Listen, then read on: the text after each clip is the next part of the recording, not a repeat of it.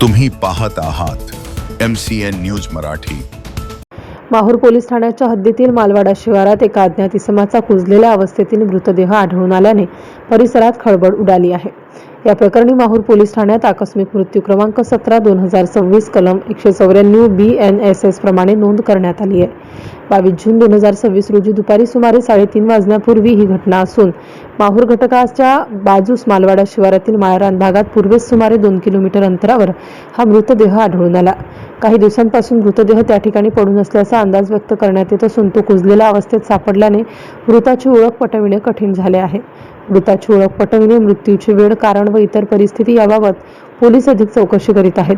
तर या प्रकरणाचा पुढील तपास सहाय्यक पोलीस निरीक्षक शरद घोडके हे करत असून या घटनेमुळे स्थानिक नागरिकांमध्ये या घटनेमुळे भीतीचे व चिंतेचे वातावरण निर्माण झाले आहे। MCN न्यूज मराठीकरिता गोपाल चव्हाण, माहूर।